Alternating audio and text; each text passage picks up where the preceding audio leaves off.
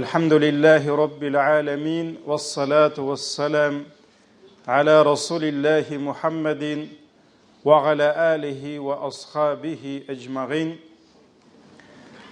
Barşalarımızını da yoktan bar kılıp, bizni özünün igi-şigi bulmagan hürmetlerinde, keng nimetlerinde yaşatuşu Rabbimiz Allah Teala'ga min şükürlerimiz, maqtav ham ulug'lawlarimiz bulsun.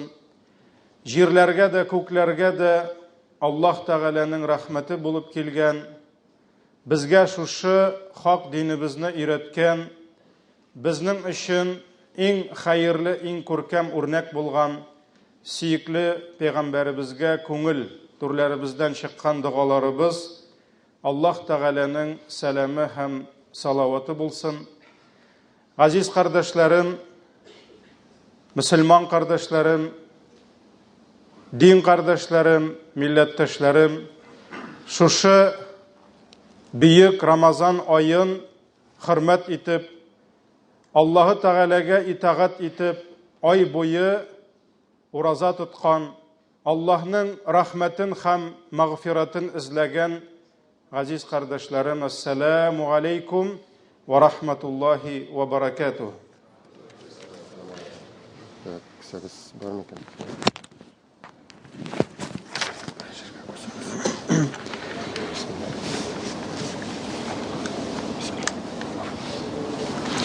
Her birinizge Allah Teala'nın şeksiz selamları, onun rahmet hem bereketleri bulsun. Allah Teala tutkan urazalarımızı, okugan namazlarımızı, kılgan dualarımızı kabul etsin. Ramazan gayetleri mübarek bulsun. Aziz kardeşlerim, Allah Teala bizni şundan da bik ko'rkam, bik matur bir şurda, matur bir zamanda, matur bir jirde yaşarga nasip etti. Biz sizning bilan Allah Teala'nın şu kadar kökten hem jirden nimetlerin alıp, şu nimetlerde yüzemiz. Ol nimetlerini sanım desen sanımız yetmez. Ol nimetler turunda söylerge alınsan sözün yetmez. Biraz zor kılırga, biraz uftanırga yaratsak da, mındı yaxşı turmuşni muhterem cemaat bizning xalqning mına kadar ko'rgani de, işitkeni de bulmadı. Şuna göre Allah'ın bizge bulgan nimetleri hakkında vaazımның başında ok iki ayetin isi bizge düşürüp gitesim kile. Birincisi İbrahim suresi 34. ayet. Allah Teala ayta ve ataakum min kulli ma sa'altumuh. Biz sizler, min sizlerge siz sıragan her nerseni birip turam dey. Hatta cemaat biz sıraganın gına tugel, biz sıramagan, biz başımızga da sıydıra almagan köpme nimetni Rabbimiz bizge birip turan. Ve in ta'uddu ni'metallahi la tuhsuha. Eğer de siz minim sizge birgenlerimni sanarga uylasağız, sanap bitire almazsız dedi. İnnel insane lezalumun keffar. Dürüstlükte kişi zalim buldu. Hem rahmetsiz buldu dedi. Qaragız, Allah ayetinin başında özünün bizge birgen nimetlerin iskala. Ayetinin ahırında bizning şuşu nimetlerge rahmet aytubizni beyali, haqiqiy beyasin koya. Hem nerse dey? Kişi gadilsiz buldu dey. Hem rahmetsiz buldu dey. Keffarun. Çünkü rahmetsizlik Kur'an-ı Kerim'de küfürlük deyip bir köp ayetlerde. İbrahim suresi 34. ayet. Nahl suresi 18. ayet. Allah Teala ayta: "Ve in ta'uddu ni'metallahi la tuhsuha." Allah'ın sizge bulgan nimetlerin sanarga uylasagız sanap bitire almazsız. İnnallâhe legafurur rahim dey. Dürüstlükte Allah hiç şiksiz gafu itüşü hem rahimlidir dey. Qaragız, iki ayetinin de başında Allah bizge haber ite. Minim sizge bulgan nimetlerim sanap bitirgisiz dey. Lakin biz birinci okugan ayetinin ahırında Allah kişilerinin halini ayta.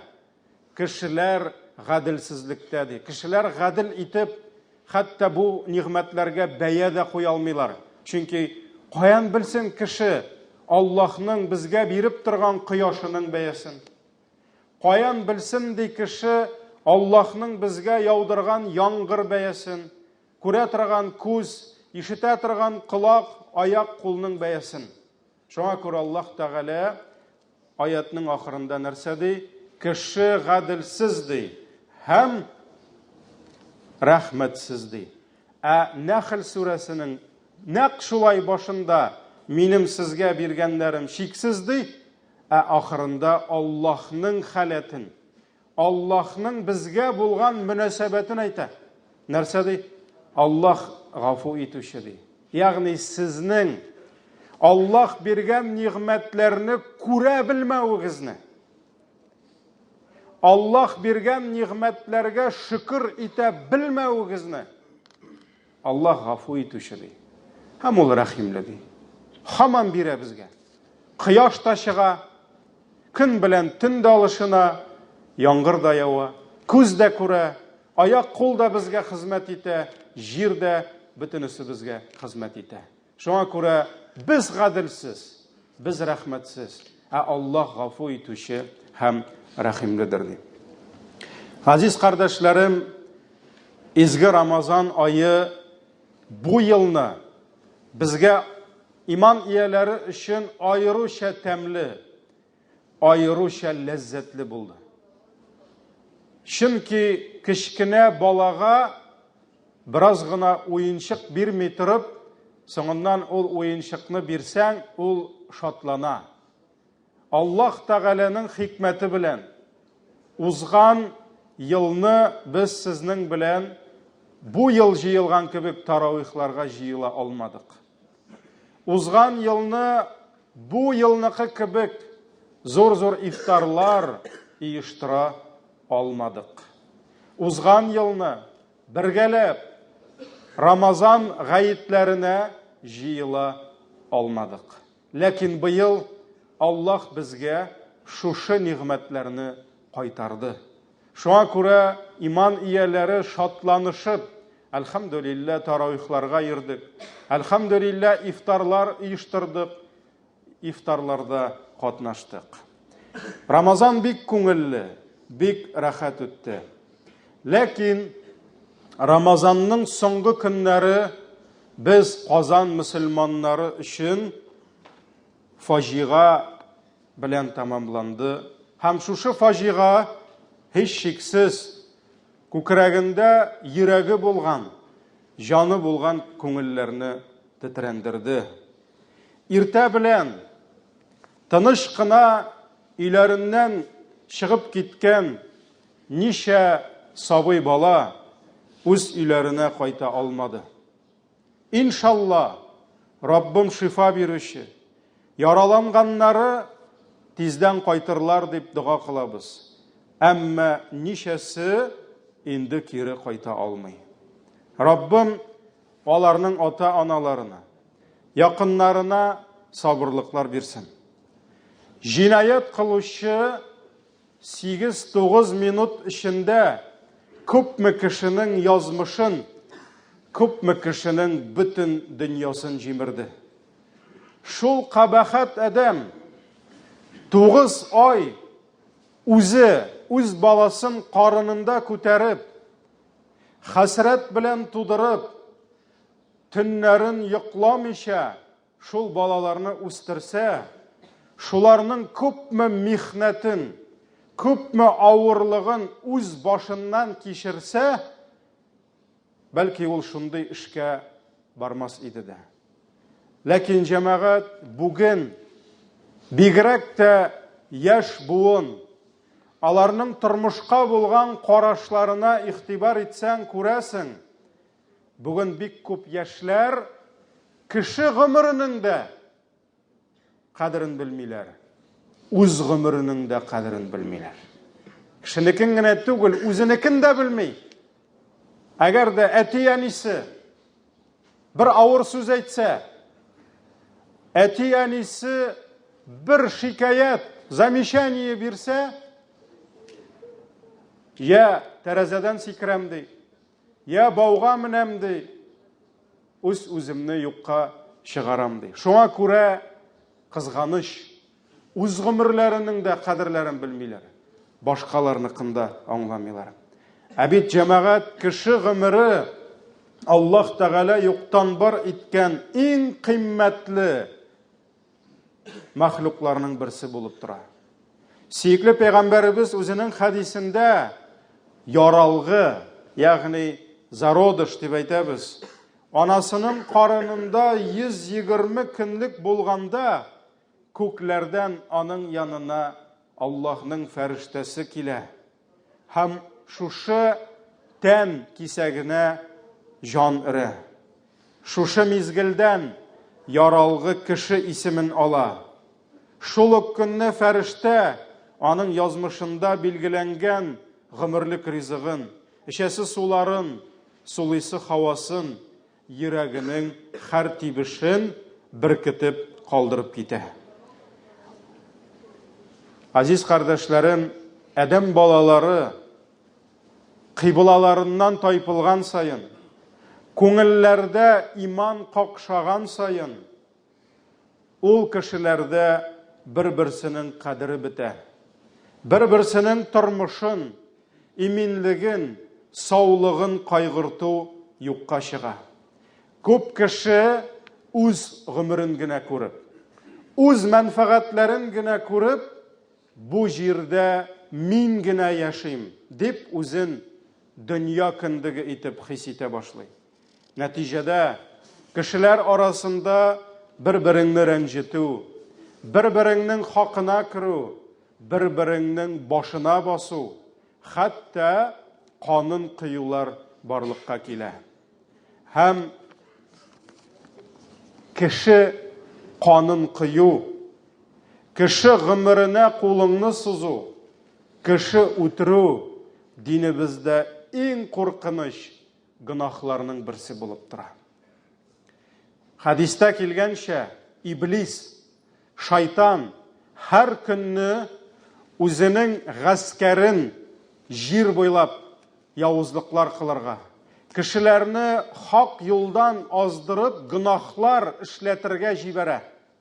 Һәм һәр көнне аларны җыеп, кайсы шайтан кемне ничек адаштырды, бөтенесеннән отчет ала. Bir шайтан кайтып, әй иблис ди, мин бүген bir ир белән хатынны талаштырдым ди. Рәхәтләнеп талаштылар ди. Иблис әйтә, талашсалар дуслашырлар ди. Икенчесе әйтә, мин бүген bir балага әти-әнисенә каршы әйттірдім ди. Иблис әйтә, birazdan аңлар да килеп гафу сорар, әнисе гафу итәр ди. Өченче шайтан әйтә, мин бүген bir кешегә ширк кылдырдым. Аллаһтан башка затка гыйбадат кылдырдым ди. Шуннан иблиснең күңеле күтәрелә башлый. Монда инде другой уровень пошел. Шуннан нәрсә ди? Менә ди, аның бүләге бар. Ул бүләк бирә аңа хәзер. Менә ди. Шуннан bir шайтан килеп әйтә, bir кешенең күңеленә шул кадәр ачу салдым ди. Хәтта ул икенче берәүне барып үтерде ди. Шуннан соң иблис сөенеп, менә бит ул дип, аңа бүләген бирә һәм көндәлек җиңүче итеп аны калдыра. Галимнәребез әйтә, ни өчен менә монда иблис кеше үтерүне айырып зурлады ди. Чөнки алда әйтелгән гынахларны төзәтергә була. Ир белән хатынны дуслаштырып була. Хәтта нинди зур гынах әти-әнине рәнҗетү булса да, bir көнне баланы китереп, гафу үтендереп була. Һәм бу гынахны да төзәтеп була. Хәтта җәмәгать Аллаһы Тәгалә беләбез ширк кылган кешеләрне дә тауфик, хидаят биреп төзәтә. Ләкин барып кешене үтергәннән соң, күпме генә үкенсәң дә, күпме генә гафу сорасаң да, аның кабре янында җылап утырсаң да, терелтеп буламы? Терелтеп булмый. Менә шуңа күрә галимнәребез әйтә, кан кую төзәтеп булмый торган җинаят ди. Кайтарып булмый торган. Шуңа күрә иблис өчен ул аеруча ләззәтле, аеруча хәйрле, аның өчен хәйрлек эш кебек күренә. Кешелек тарихында иң беренче булып җир өстендә кан кыючы Адәмнең улы Кабил булды. Аллаһ бу хакта Маида сүрәсенең 27, 28, 29, 30, 31, 32 аятларында безгә сөйли. Менә бу сүрәдәге аятларны укып карагыз тәфсирдән. Маида сүрәсе 27дән башлана. Аллаһ Тәгалә әйтә: "Ватлу алейхим наба абнай Адама бил хакки" ди. Син кешеләргә ди, укыды. Адәмнең уллары белән булган хәлне ди. Булган хәл, хаклыкта булган хәлне укыды. Из карраба курбана ди. Менә икесе дә корбан китерделәр ди. Аллаһ Тәгаләнең хикмәте кешелек яши башлаганда, Аллаһ Тәгалә кешеләр әз булды, ирләр, хатыннар әз булды. Шуңа күрә Аллаһ рөхсәт итте Адәмнең балаларына бер-берсенә өйләнергә. Шуңа күрә тәфсирдә галимнәр әйтәләр, Адәмнең ике улы Хабил белән Кабил аларга үз сеңелләре тиеш иде ди. Ләкин Кабилгә тиеш булган сеңлесенең кыяфәте Хабилгә тиеш булганы белән бер булмады ди. Ягъни аныкы матуррак булды ди. Шуңа күрә ул ник мин монсын алырга тиеш? Мин монсын алам дип атасы Адәмгә килде ди. Шул вакыт Адәм икегез дә корбан чалыгыз. Кайсыгызның корбаны кабул булса, шуңа булыр шул сеңлегез дип әйтте ди. Адәмнең бер улы Кабил, ул земледелие, игенчелек белән шөгыльләнде. Шуңа күрә ул корбан итеп алып килде үзенең ашлыкларын. Хабил тирлек белән шөгыльләнде дип әйтелә. Һәм ул үзенең сарыкларын сайлаганда иң яхшысын, иң симезен, иң әйбәтен сайлап, ихласлык белән алып килде. Әтегесе калдык пустыгын алып килде. Һәм Аллаһ Тәгалә Хабилнең корбанын кабул итте, Кабилнекен кабул итмәде. Шул вакытта Кабилнең йөрәгендә Хабилгә карата ачу туды. Һәм ул нәрсә диде? Хәтта кешеләр диде, синекен кабул иткәнне белеп, мине кимсетәчәкләр диде. Мине ким хур күрәчәкләр диде. Мин моны кабул итә алмыйм. Һәм нәрсә диде? Qala la aqtulannaka диде. Мин сине һичшиксез үтерәчәкмен диде. Мин сине һичшиксез үтерәчәкмен диде. Шул вакыт аның бер туганы, бер анадан, бер атадан туган дип әйтәләр аларны. Бер туганы аны вагазли башлады. Син мине үтерергә теләсәң дә, мин сине үтермим диде. Мин Аллаһтан куркам диде. Ничек үз туганыңны, ничек кешене үтерергә була диде. Әле җир өстендә бер канда кыйлмаган иде. Әмма ләкин иманлы туганы аны күпме генә вагазласа да, Кабил үзенең көнчелеген, үзенең ачуын баса алмады. Шуңа күрә Аллаһ Тәгалә Коръән-и Кәримдә фатаввa'at lahu nafsuhu qatla akhihi диде. Аның нәфесе ди, мине, içindәге мине, аңа туганын үтерүне ансат, жеңіліш етіп көрсетті дей. Ярар енді, өтер сенің бит бар сәбәбің, ярар аны ғына өтіргеннен, яғни нәфісі зур гынахны кішкіне етіп көрсетті. Фәқаталаху фәасбаха минал хасирин дей. Шол вақыт уланы өтірді дей. Һәм хасретте болушылардан болды дей. Әйе жамағат, хатта кіші өтіру кебек зур жинаятны да нәфіс кіші болып көрсәтә. Аңа түрлі акланулар таптыра. Шуның белән ул үз өстенә дөнья һәм ахирет хасретін алды.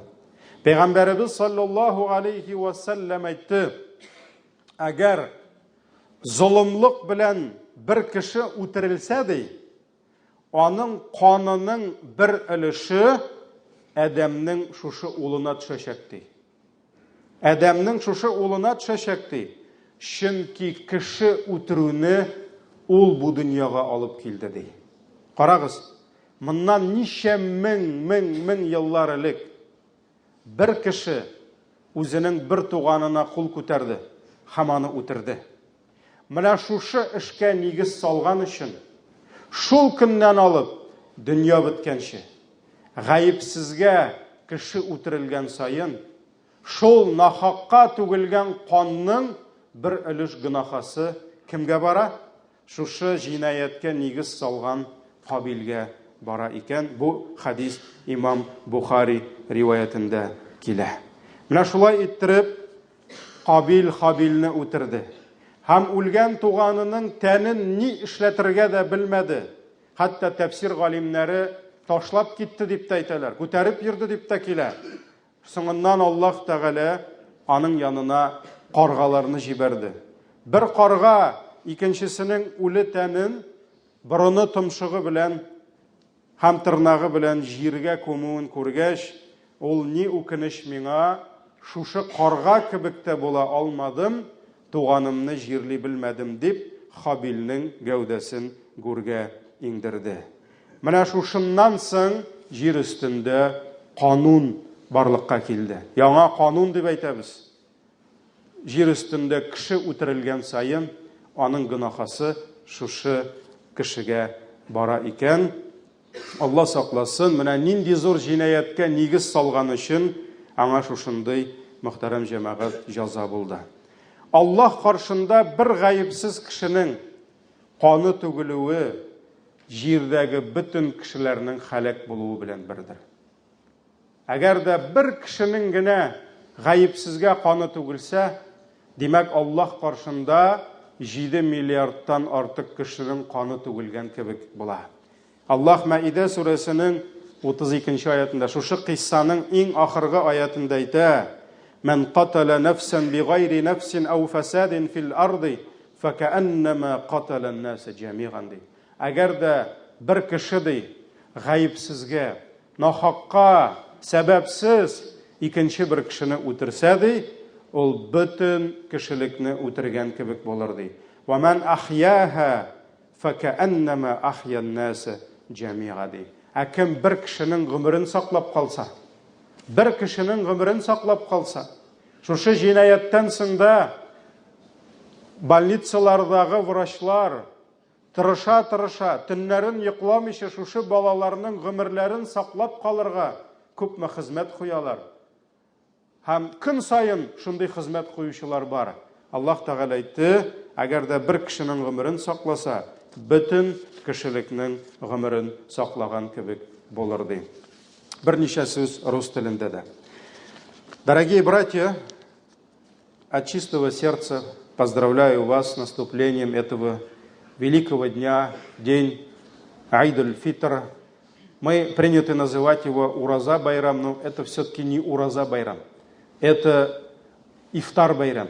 Айд-аль-Фитр в переводе означает не Ураза Байрам, а праздник разговения. Когда ровно через месяц Всевышний снова открыл для нас врата еды и питья, когда через месяц поста мы с вами собрались в мечети, это на самом деле великий праздник. И, альхамдулилля, этот месяц особенно был баракатным для нас всех, потому что Всевышний после того, как были закрыты мечети для многих людей, для братьев и сестер. В прошлый год, в этом году Аллах открыл для нас мечети. У нас была возможность, альхамдулилля, совершать вместе таравихи, ночные намазы. У нас была возможность проводить ифтары, собираться на ифтарах. И, альхамдулилля, это великая ни'ма, за которую мы должны благодарить. Но завершение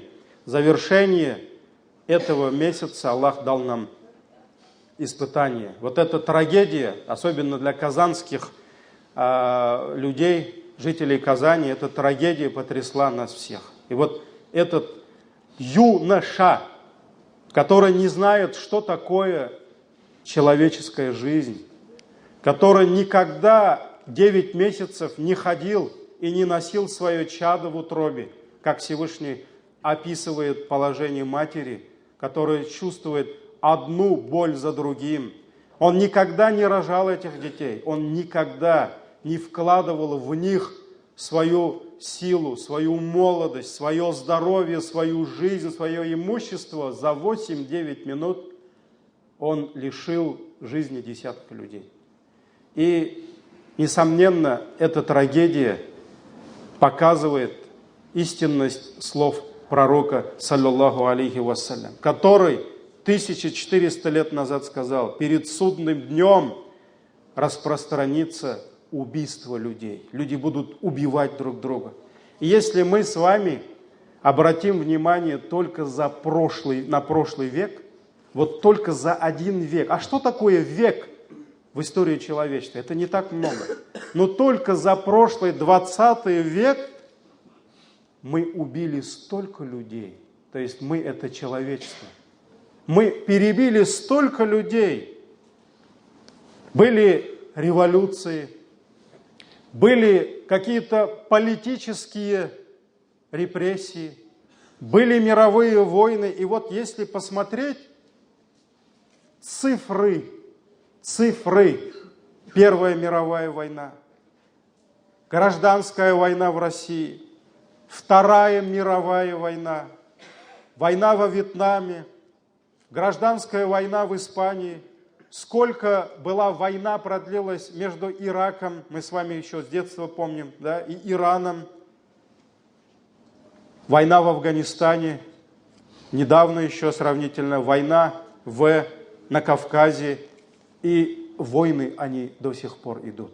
Все мы сегодня, казалось бы, цивилизованные, дипломатичные, все мы образованные, умные, но вот последние дни Рамадана, что происходит на великих землях Аль-Кудса? Как мусульмане, наши братья и сестры, не могут посещать эту великую святыню для всех мусульман. И вот если собрать все цифры, получается больше 100 миллионов людей. Мы, люди, перебили за прошлый век более 100 миллионов людей. Конечно, каждый царь, каждый король, каждый император, он уже нашел для себя сотни оправданий, что он борец за справедливость, что он это делал только ради человечества. Но вот эти 100 миллионов простых людей, многие даже не поняли, за что их убили. За что их убили? Поэтому мы сегодня с вами живем в 21 веке. У нас в стране, альхамдулилля, нет войны, нет голода. И сегодня мы живем в таких условиях, которые не снились даже нашим бабушкам и дедушкам. Но только в России в год, посмотрите статистику, сколько тысяч человек убивают. Сколько тысяч человек убивают. И русские убивают русских. Татары убивают татар. Вот посмотрите список. Это чисто татарская гимназия. И пришел чистый татарин Ильназ, да, и убил столько татар. Так ведь? И никто не смотрит, убийца. Придет с крестом, будет себя православным называть, да? И когда он будет убивать его, он, если увидит крест, он же не остановится. Поэтому никто ни на что не смотрит. И убийца, мы не можем сказать, что вот он православный убийца, вот он мусульманин убийца, хотя нам пришлось себя успокаивать немножко что он хоть не на намазе был, да, это вот даже обрадовали, что он не на намазе был. Да? Потому что потом, что бы говорили, даже вот где-то уже написали, что у него дома Коран нашли. Да? Ну, у него много чего, наверное, в доме было, но это же не значит, что здесь Коран во всем виноват. Поэтому, дорогие братья, и самое страшное то, что убийца, он не знает, за что он убивает. А убиенный, он не знает, за что его убили. Пророк, саллиллаху алейхи сказал, перед концом жизни на этой земле, перед судным днем, придут такие дни, когда убийца не будет знать, за что он убивает, а тот, кого убили, он даже не будет знать, за что его убили. Вот если оживить вот этих безгрешных детей, 8-9 лет им было, да? У каждого у нас есть дети. И каждый, наверное, представил своих детей на их месте, да? И вот этих детей, если оживить и спросить, а в чем бы вы виноваты были, да? Они не смогут ответить. Но Аллах их оживит в судный день. И обязательно Аллах у каждого спросит, за какой грех тебя убили. И как Всевышний в Коране говорит, وَإِذَا الْمَوْءُودَةُ سُئِلَتْ, и в судный день спросят у младенца, بِأَيِّ ذَنْبٍ قُتِلَتْ, за какой грех тебя убили? За какой грех? Что ты такого сделал, чтобы тебя вот так убили? Поэтому, альхамдулилля, что убийцу поймали. Но даже если закон его накажет по полной программе, даже если ему пожизненно дадут, даже если только ради него изменят Конституцию и отменят мораторий, да, на казнь, даже если это для него не наказание. Наказание его ждет перед Аллахом. И то, что Аллах приготовил для таких людей, это смертью от этого не отделаешься. Они будут просить у Аллаха смерти, но Аллах не даст им смерть и будет наказывать их за это. Потому что сколько людей проклинают его. Сколько людей проклинает во всем мире таких людей. И Аллах проклинает. Поэтому Аллах сакласын. Аллах сакласын бізге балаларыбызны, оныкларыбызны, киләсе нәселләребезне шундый гынахлардан. Пәйгамбәребез саллаллаху алейхи ва саллям әйтте, кыямәт көнендә нахакка сәбәпсез үтерелгән кеше кабереннән чыгар ди, канга батып ди. Канга батып, чөнки ул канга батып үлде. Һәм менә бу балалар да канга батып үлгән балалар кыямәт көнендә канга батып чыгачаклар. Һәм алар ди үзләрен үтергән кеше янына килеп ди, аны якасыннан алып, Аллаһ каршына алып килерләр ди. Һәм әйтерләр ди, я Раббым, соралы менә моннан, нигә мин үтерде ул дип ди. Соралы ди, ник мин үтерде ул дип ди сораячаклар ди. Һәм Аллаһ алардан сорау алачак. Шуңа күрә газиз аналар да киләчәк. Мин бит ул баламны күпме үстердем ди. Күпме мин аның белән иза чиктем, мин бит аны миңа бер күңел шатлыгы, миңа бер картаймыш көнемдә бер терәк булыр дип өметләндем. Ана ул килде дә минем баламны үтерде. Соралы аннан, нигә ул аны үтерде дип аналар киләчәк, аталар киләчәк. Алла сакласын. Кан кыю кешеләр арасында булган гынахларның беренче булып Аллаһ Тәгалә кан кыю турында сораячак, һәм алар тиешле җәзасын алачак. Һәм җәмәгать, бер ана да бит үзенең газиз баласын сабый хәлдән җинаятчы итеп, наркоман итеп тә үстермәй, насиллик итеп тә үстермәй, берсе дә кеше үтерүче итеп тә үстермәй. Әйтәләр бит, кирпе дә баласына йомшагым, аю да аппагым дип әйтә. Һәр кайсысы аның итагатьле булуын тели, һәм картаймыш көнендә терәк булуына өметләнә, ләкин күп атаналарның көткәне тормышка ашмый. Менә бу хәл безнең өчен зур гыйбрәт булырга тиеш. Алла сакласын, бүген җәмәгать җәмгыятьтә бер-береңне хөрмәт итү юк.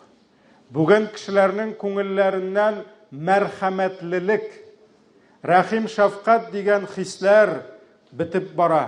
Бүген кешеләрнең күңелләрендә минлек, бүген кешеләрнең күңелләрендә тәкәбірлік тұра. Қарағыз, юлда ғына кіші нешік етіп, машинада көріне кішінің нендей тәкәбір екенлігі. Көпме кішіні қай уақыт кесіп, көпме кішіні рәнжітіп, қай бір кішілер аның көрініп тұра. Шоңа көре ғалимлер хатта машина йөртүдә кешеләрне рәнҗетә күрмәгез дигән хутбәләр сөйлиләр, вагазлар сөйлиләр.